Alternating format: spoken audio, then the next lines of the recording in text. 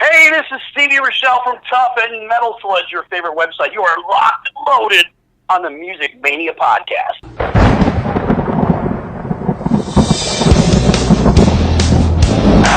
You ready for some screaming heavy metal?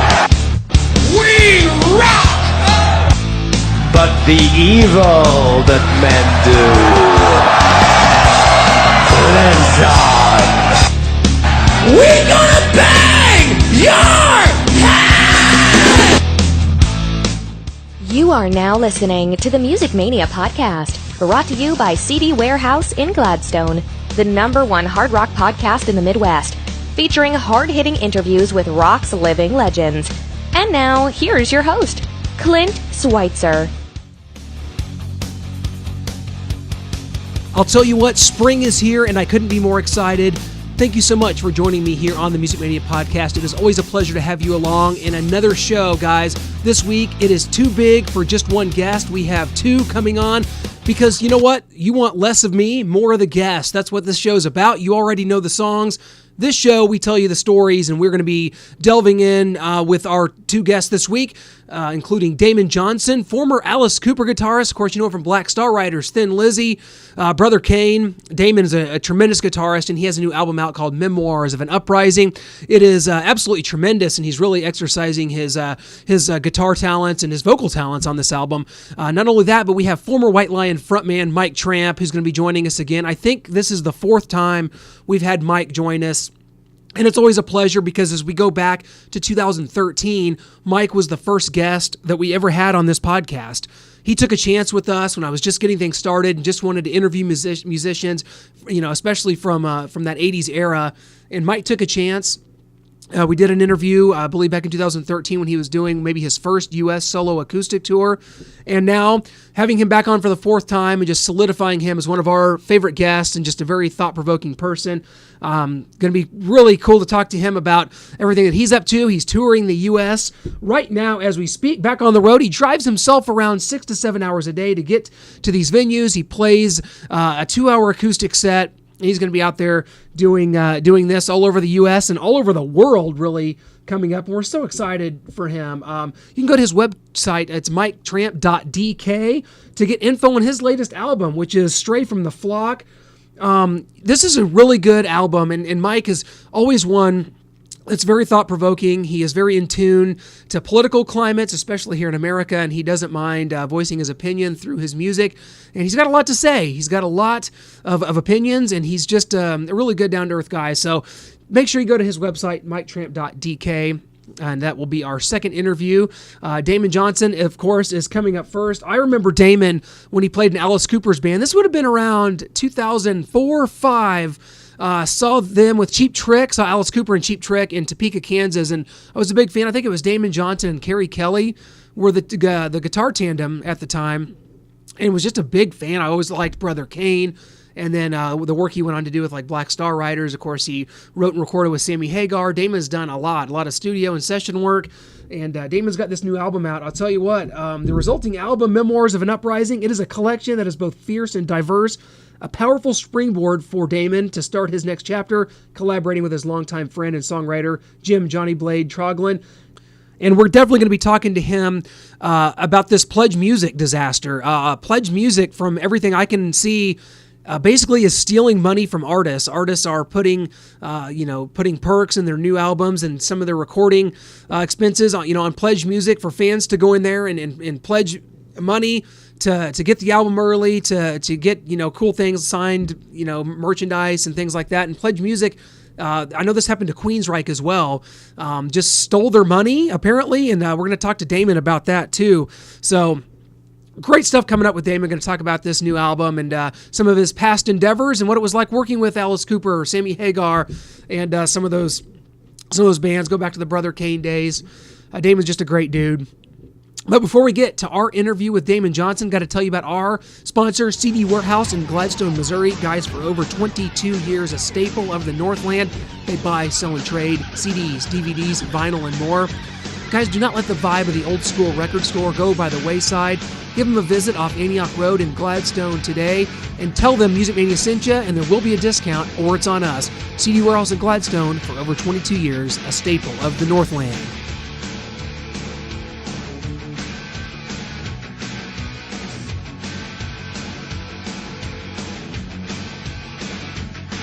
Damon, how's it going, my friend? How are you, man? Really well. Nice to talk to you, Clint. Thanks for giving me a little of your time today. Well, likewise, sir. Thanks for giving me some of your time. I tell you what, I've been a big fan of yours and dating back and all the things you've done from Brother Kane, the Black Star Riders, and your stint with the Alice Cooper Band. Such a fan of everything you've done, but I'll tell you what, everybody's excited, and I know you are, because Memoirs of an Uprising, Damon, this is your solo effort, and it is coming out right here this week. Everybody's excited. What's the feelings like so far for you? What are the emotions coming up here? I mean, this thing's getting ready to go. Got to be excited about this one. I cannot deny, Clint, there is a celebratory spirit in the air.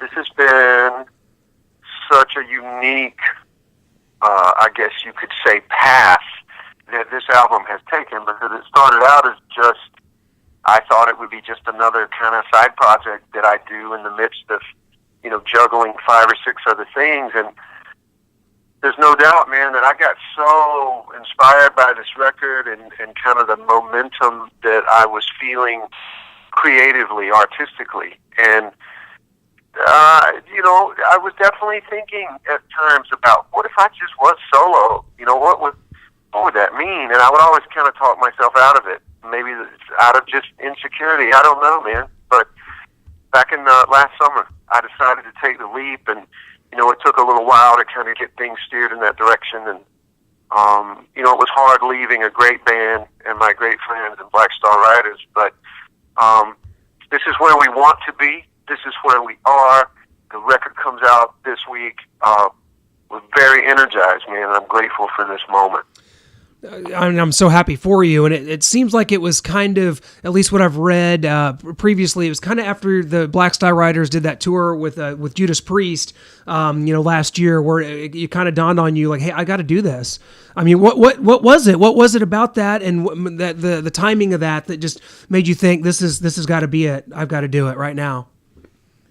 It was a combination of a few things. We played up in Detroit, and my wife's family is from Detroit, and the timing was great because she and my kids actually came up from Tennessee to see that show and to see family. So I just remember that night looking off on the side of the stage and seeing my family there and realizing, how little of them I get to see unless they're on the road with me. And it's just not sustainable, man, to have your family on the road. So rock and roll touring is really hard.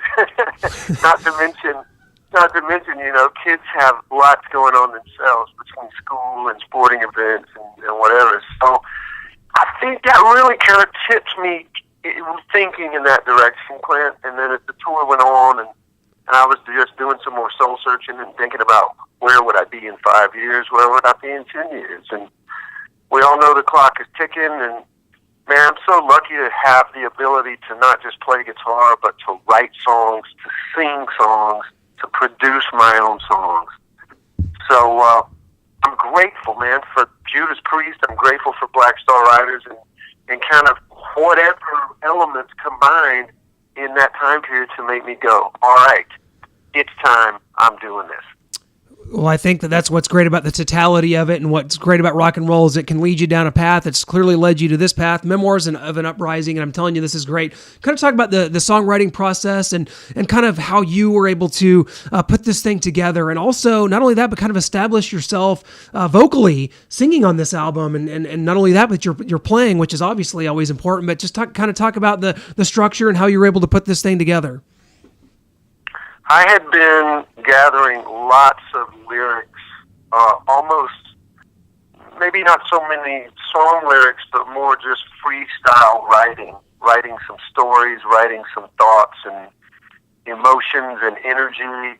Some of them just maybe some conversation I had overheard, and I was like, oh, that's interesting. How could I make that into a song? So I decided early on in the process to bring my longtime friend, Jim Troglin, in to help me. We've been friends since way back in the early 90s, right about the time Brother Kane got started.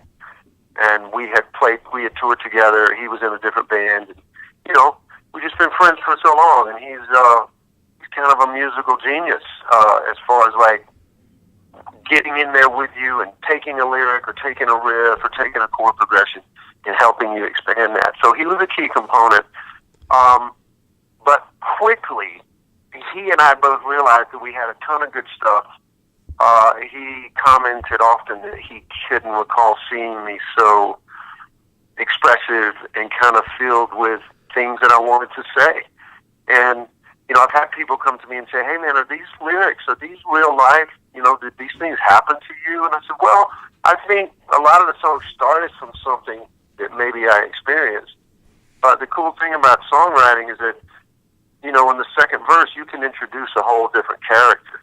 You can just make up something as long as it makes the song great, as long as it tells the story or completes the idea that you're trying to get across. So I can't remember making a full album maybe ever in my career, Clint, where I had so much fulfillment at songwriting, lyric writing, storytelling. And I see it truly as kind of the path forward for me. The guitar playing has always been kind of easy for me. And I'm grateful, man. You know, I've been playing my whole life, and I love to play guitar as much as ever. Writing lyrics was always hard. And there was a bit of kind of stream of consciousness in a lot of this stuff that I can't really explain how or why it happened, but I'm glad that it did. So I want to try to put myself in the environment to maybe have that happen more as I make more solo albums going forward. Well, this is available, you know, on March 8th, and a lot of people talking about this. And, you know, when it comes to, you know, releasing albums or releasing new music, it's always important to kind of talk about, you know, what kind of medium is going to be available on and where you can get it. And as I understand it right now, you can definitely pre-order it. And as of tomorrow, going to be able to order it, the whole thing off iTunes. What else, what other kind of ways can people get a hold of this thing, Damon? Clint, I'm so proud of my website and my web store. My family and I have been working on this behind the scenes, really, I guess, for a few years now.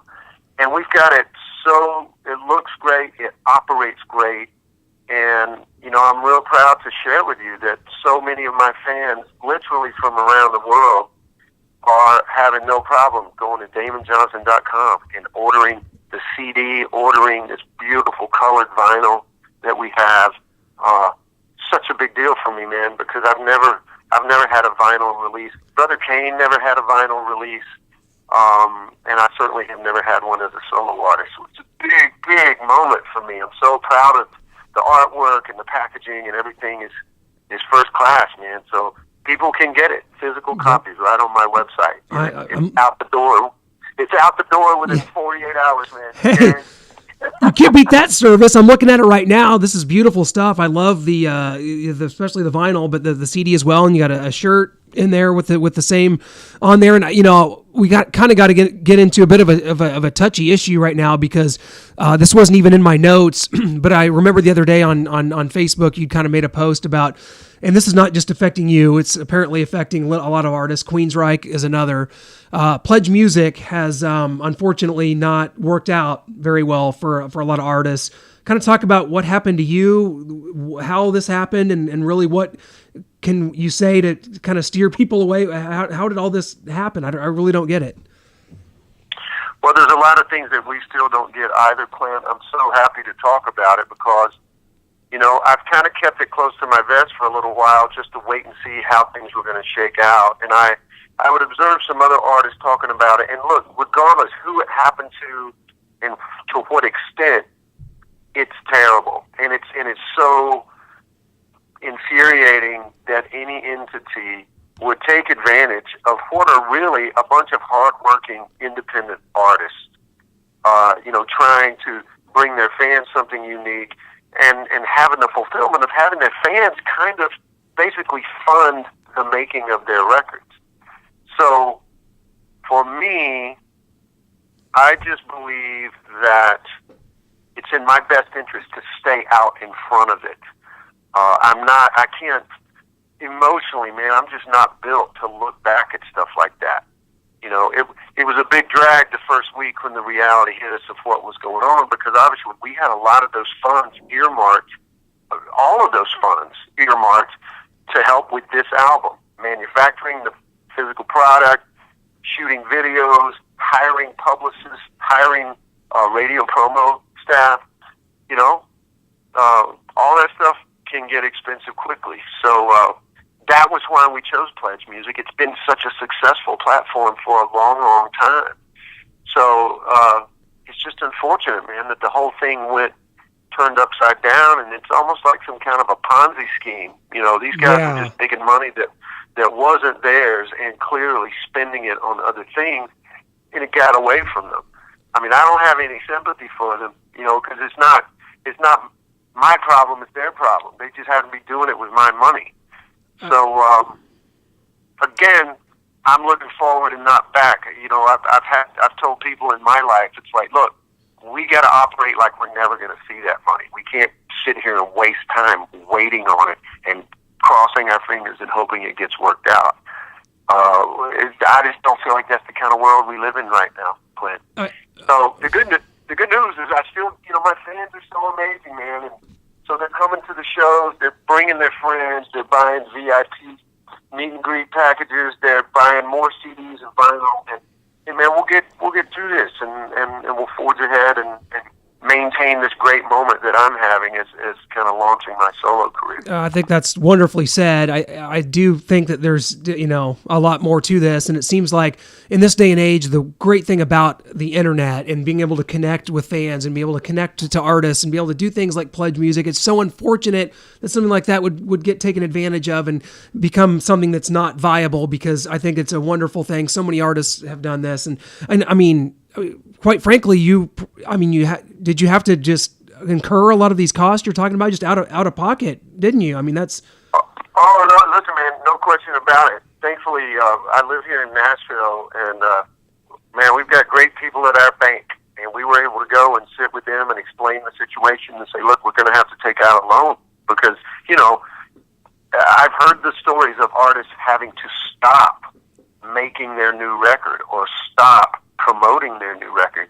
And man, I'm way too forward in the process to be able to do that. So, look, at the end of the day, it's just money problems, and money problems can always get resolved. It takes a little time, but hey man, we're healthy, we're positive, we got a lot of great songs, my band is amazing, my fans are amazing. And the other thing I want to say about my fans, Clint, it's one of the reasons I kind of held off on talking about it, because I knew that my fans were going to be furious. Mm-hmm.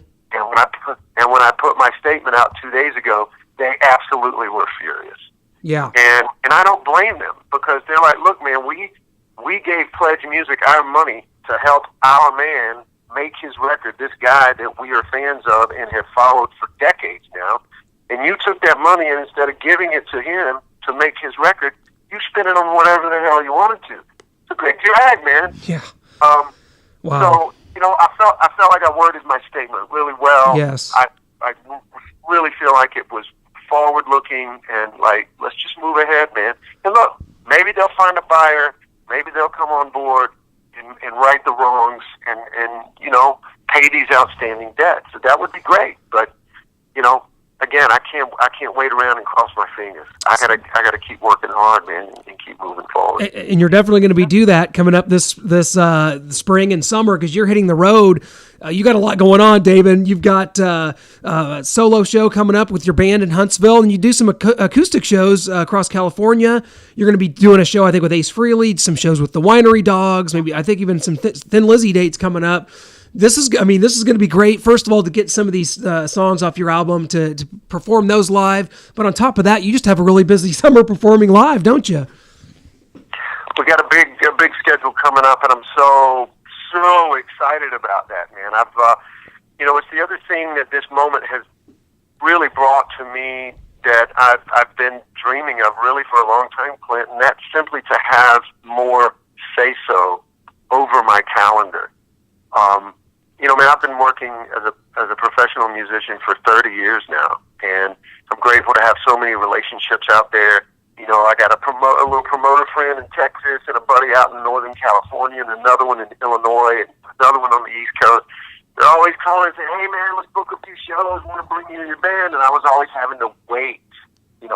Well, let me see what Alice Cooper's schedule is going to be. I got to wait and see what Thin Lizzy's schedule is going to be.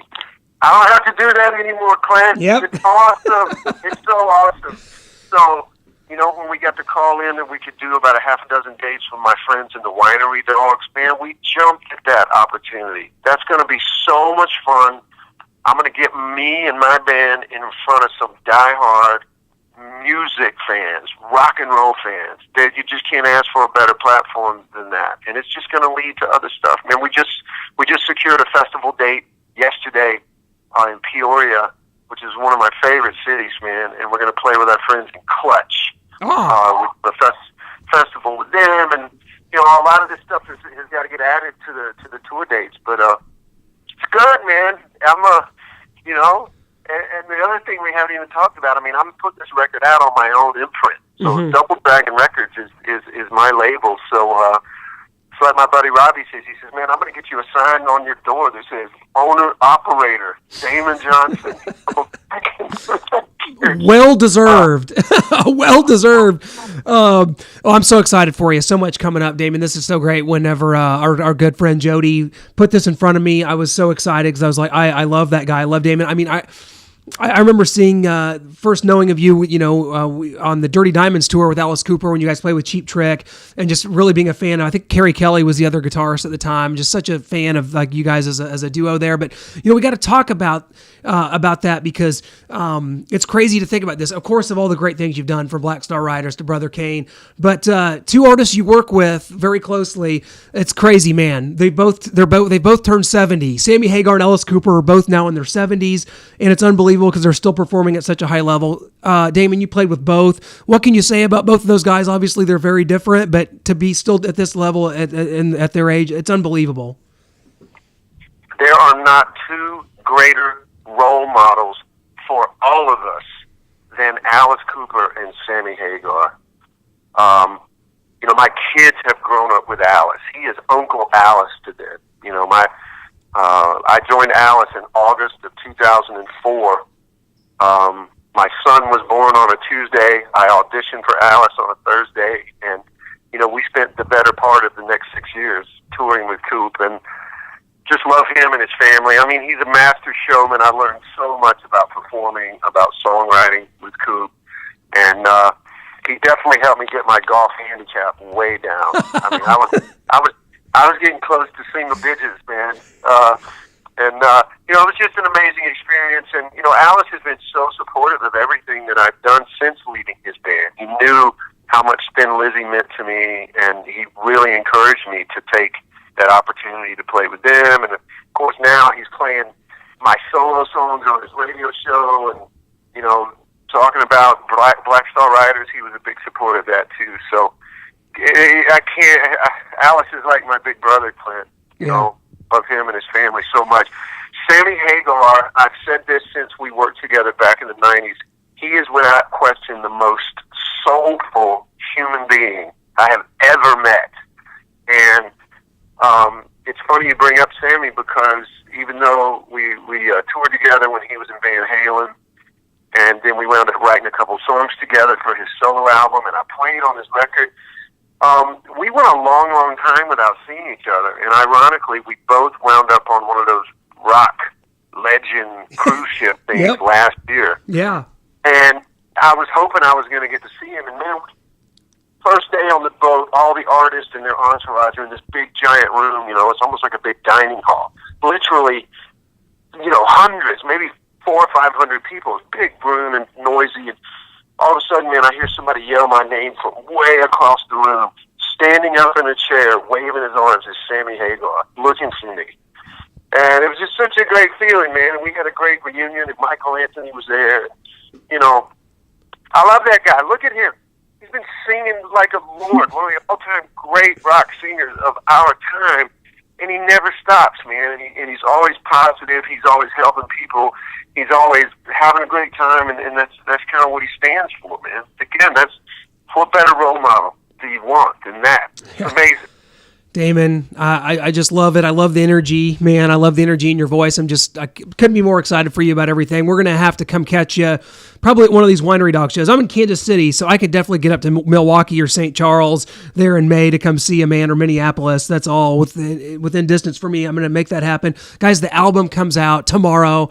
It's I can't stress enough how important it is to support an artist like Damon, man. You're the best. You're the reason that stuff like what you do, this must be supported. This is what rock and roll is all about. You're carrying the flag, and can't wish you the best, man. It's DamonJohnson.com. Clint, thank you, man. Thank you so much for everything you just said. By all means, come to a show, look me up, let's get together and have a face-to-face conversation.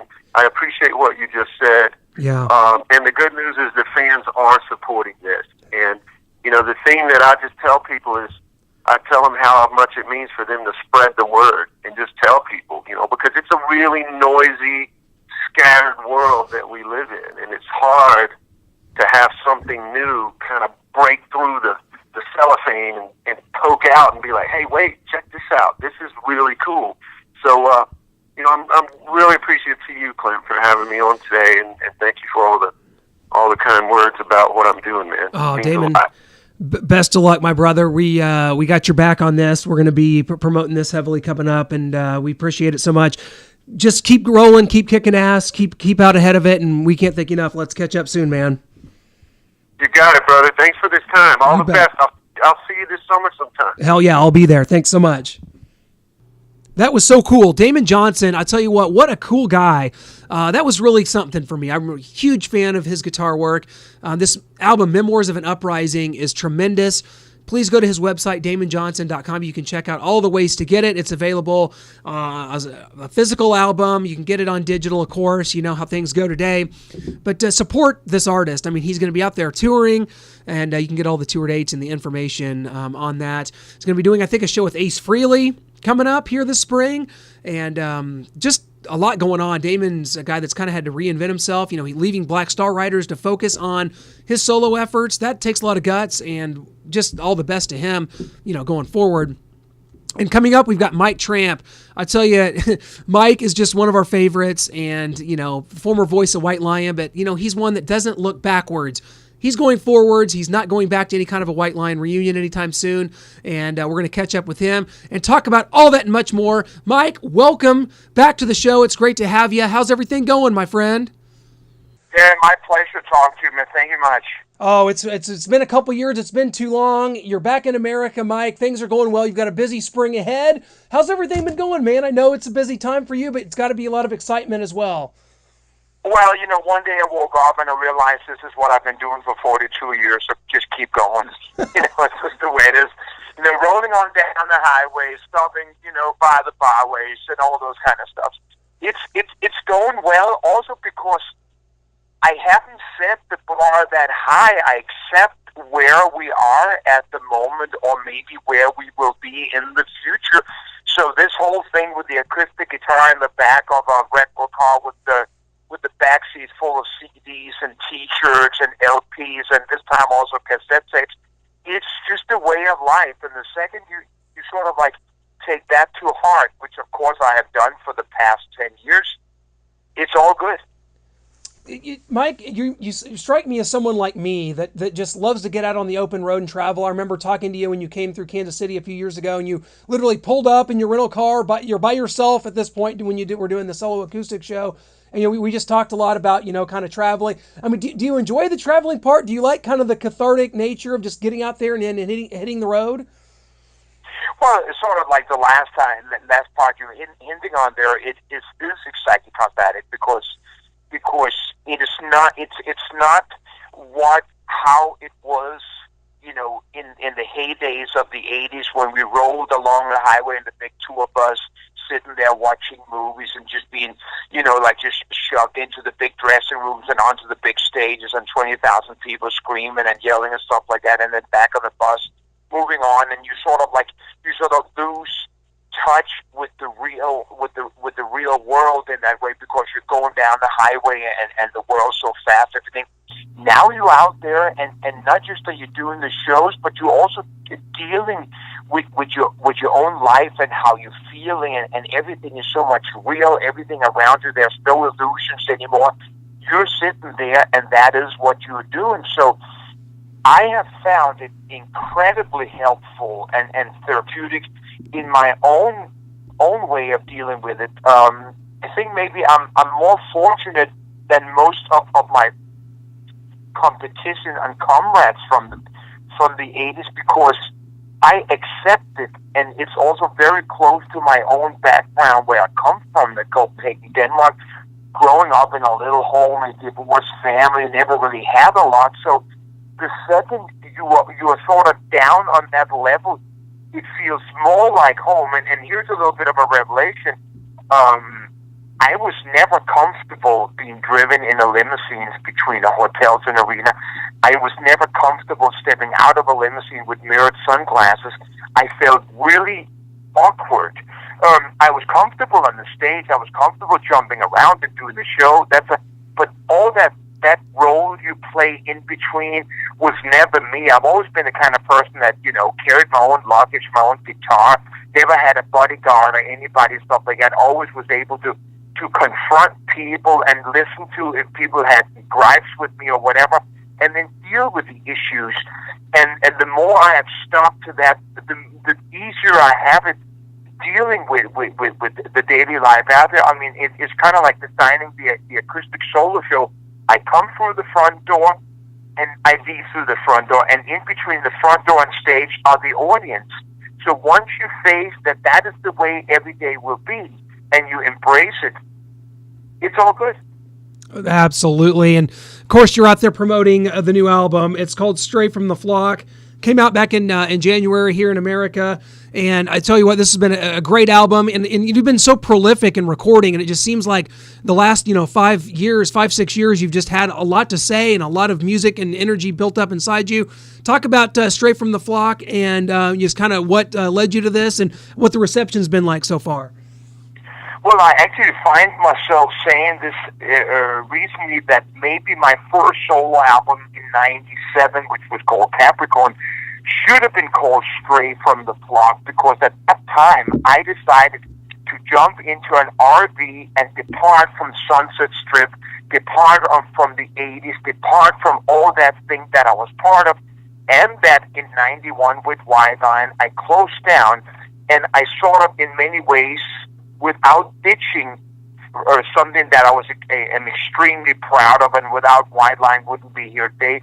But once I returned home to my soul and my music and where I come from, that is where my music started from again. It is sort of how it all started way before anything else. So in that way, once you start writing about you and speaking your mind and not coloring it out, covering it up, or doing anything else, but you're just yourself 24 hours a day, it is very, very easy to deal with, because it's sort of the way I was raised. Just say how you feel and don't cover it up, So I basically lay everything out on the table, my passwords, my PIN code to my debit card, etc., just metaphoric, speaking. It's just that my pain, my anger, my happiness, my love, my disgust with politics and things like that, it's thrown out in the open, and it's the artist that is speaking. So when you hear the songs, it's not a story, it's a fact.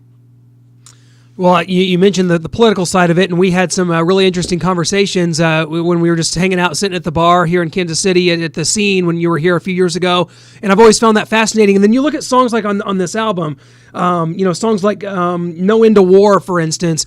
You're very in tune to the political climate, especially here in America. How much of that came into play, with this album? Well, a lot. I mean, I'm a little bit of a sucker, and I realize I've been sucked into the debate. So no matter where I am, I'm sort of like playing ping pong between Fox News and CNN, and I'm seeing the two battlefields here. This is Gettysburg, anno 2019. because we're dealing with people from the same country, et cetera, et cetera. So I'm watching this, and I just realize it is just a remix of something that I saw way before.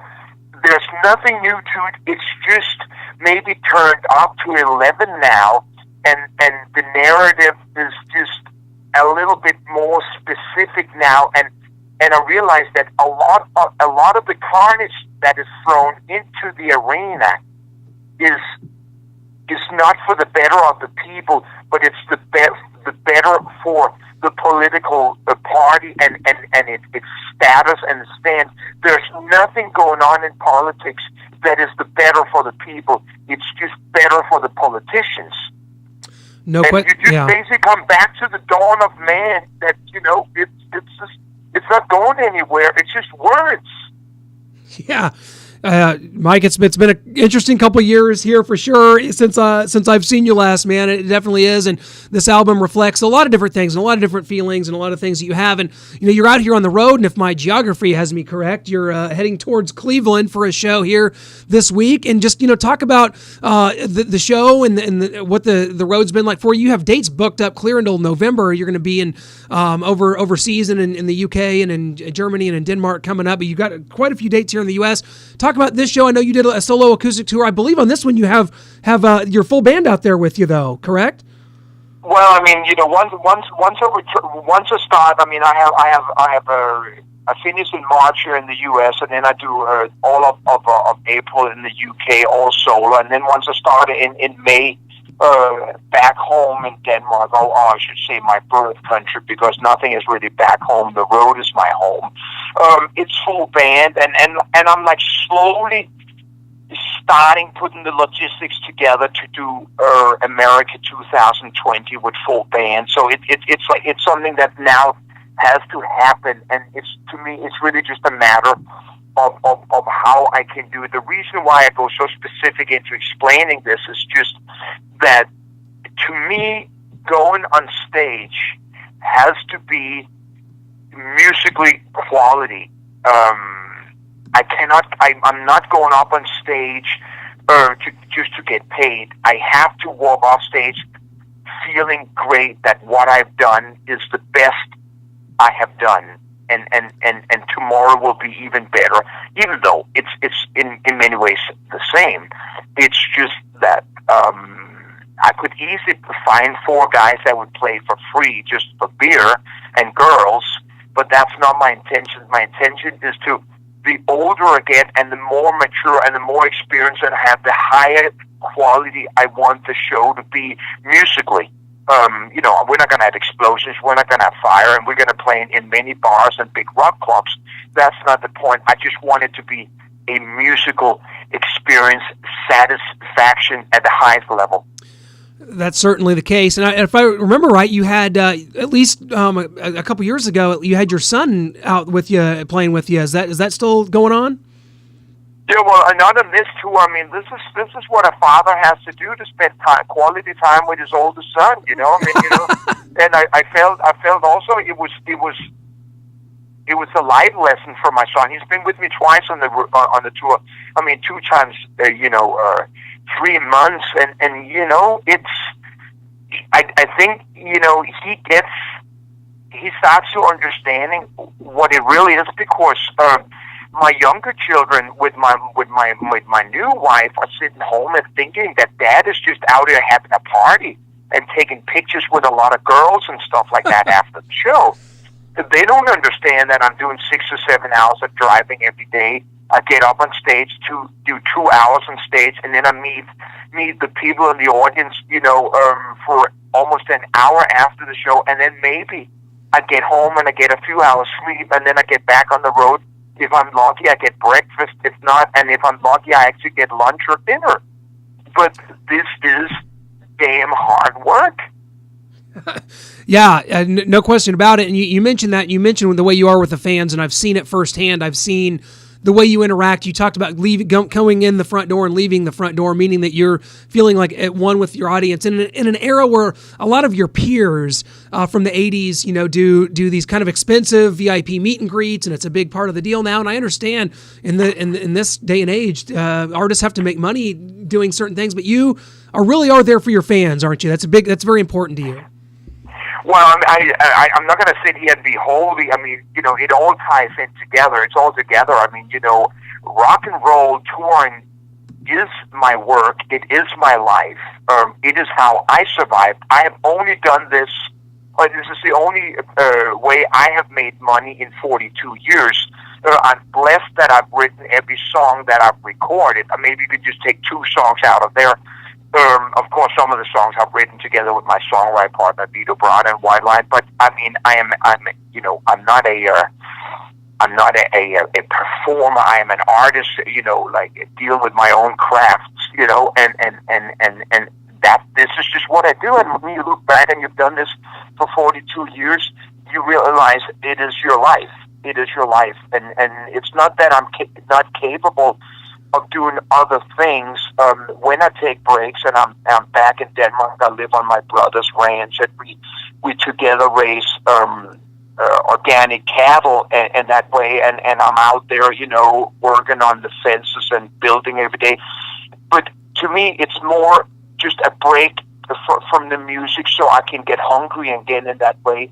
But I can't suddenly go apply for a job at Home Depot and make my life work that way. I don't have a big house. Matter of fact, I don't even have a home to my name, et cetera, et cetera. So I just accept and I embrace what I have, and I try to do something that's realistic, doable, and in that way, most things that I do succeeds. Well, no question about that. And, it seems to me like, just the prolific nature of the things you've done. You did the trio of acoustic albums. You've done so much, but you look back and so many, the albums with White Line, things like Pride and Main Attraction and Fight to Survive, and those albums that were so, wonderfully reaching. You still hear them on Hair Nation on Sirius XM, but how much is it for you today, just the personal satisfaction, what you're doing, being a true artist in every sense of the word, being a singer-songwriter? Does the personal satisfaction that you experience today outweigh the kind of the excess of what you had in the 80s? Well, it's very important that your listeners understand that this is sort of the aftermath of what I've been through. I also didn't start singing about a life before I had lived the life. And when I was in White Line, that's what we were doing at that time. And I thought at that time in my life, that was the most important thing. And I ate up and I took everything that was thrown my way, and I went with it. And now, 30 years after our third album, Big Game, were released, I'm sitting here, an old bear with a lot of knowledge of how the jungle and the forest works, and I just try to sort of like both adapt and adjust to my surroundings, but my music comes natural. My music has not been changed to fit anything. My music is 100% pure my Tramp. Of course, in my music, you will hear my heroes. You will hear my inspiration, because I was raised in a home where my mom played Johnny Cash, Elvis Presley, Bob Dylan, Roy Orbison, Creedence Clearwater Revival, all the time. So I am raised in sort of the style of music that I'm continuing. At the same time, along the way has AC/DC arrived, and Tom Petty and Springsteen, and all the stuff is the world that I'm sort of traveling in, and the 4 White Line albums are the 4 White Line albums, and live with the acoustic guitar, I play some of the versions of the White Line songs the way they were written before they became band songs, So, it all ties together that I am my Tramp from White Line, but I'm my Tramp in 2019. I'm you can't lie about your age. I mean, I'm 58 years old. I'm doing well, and I'm singing the best I've ever done, but I'm singing what I can today. I'm not singing what I can't, and I can't be my Tramp 1988. Absolutely, and Mike, you look great, you sound great, everything about you, man. We just respect it so much, and definitely hope to see you out here on the road here as you continue. The best way to get a hold of the album, of course, it's straight from the flock. It is on your website, miketramp.dk. You've got some really cool features here. You got a limited edition LP gatefold and orange vinyl, really wonderful looking packaging. The cover is awesome, kind of depicts you as your life on the road there. You with the motorcycle and the endless road behind you, Mike. Always great stuff from you, and we can't wish you the best of success and great stuff on the new album. Congratulations, my friend. Thank you much. It's me who's grateful, both to you and the rock and roll fans out there that keep supporting. I mean, without that, I wouldn't have any place to go. Mike, I tell you, this just as a quick personal note, you were the first guest we ever had on this podcast back in 2013. 120 episodes later, and more than 50 concerts, and more than 100 artists interviewed. You were the first one. You laid the groundwork for us, and without you, we wouldn't be here either. So can't thank you enough, man. It means a lot. Oh, my pleasure, man. My door's always open to you. Appreciate it, Mike. We'll talk soon, my friend. You got it, brother. Thank you. Thanks again to Mike Tramp, and I was glad, I was able to kind of thank him at the end for all the times he's been on the show and helping us get to this point. I tell you, without guys like Jeff Pilson from Foreigner, Mike Tramp, Ryan Roxy from Alice Cooper's band. Those are the original three. Those are the three artists that we would not be here without. I mean, those guys got us backstage at concerts. I remember the first time I went backstage for Alice Cooper. They were opening for, Alice was opening for Motley Crue on their final tour, and Ryan put us on the guest list, went back there, and we'd only done a couple shows at that point. We were just trying to get our footing under us, and now to think, all these years later, here we are, I think 118 episodes into the podcast. And of course, guys, you can get that. We always hope that you will subscribe on either Google Play or iTunes, either one. I mean, if you have a smartphone, you have this show. You have the opportunity to listen, and we always appreciate the interaction. Tweet us at musicmania_show. If you have some feedback, a guest you'd like us to bring on, we will definitely do our best. All of our stuff is archived on the website, musicmaniapodcast.com. That's where you can check out all of our previous episodes of this podcast and all the concert reviews that I do. If I'm at a concert, I'm reviewing it, and it's in our archives. It's on the website, so we always appreciate that, guys. We are on to spring and better weather, live events. The concert tours are rolling out. Guys, things are only going to get better from here. It's a time for live music, cold drinks, your buddies, the boat, the lake, whatever it is that you guys do, it's not far off in the horizon. We always appreciate you joining us on this show. Always love the interaction. We've got more big guests coming up next week. We got so many interviews backlog, we're going to have to do 2 guests. And next week, it's just going to get bigger. We've got Michael Wilton from Queensryche and John 5 from Rob Zombie's band going to be joining us next week. So 2 amazing guitarists from 2 big bands. Coming up next week, guys, thank you so much for joining us here on the Music Mania Podcast. Drop us a line at the website, musicmaniapodcast.com, and we will catch you guys next week.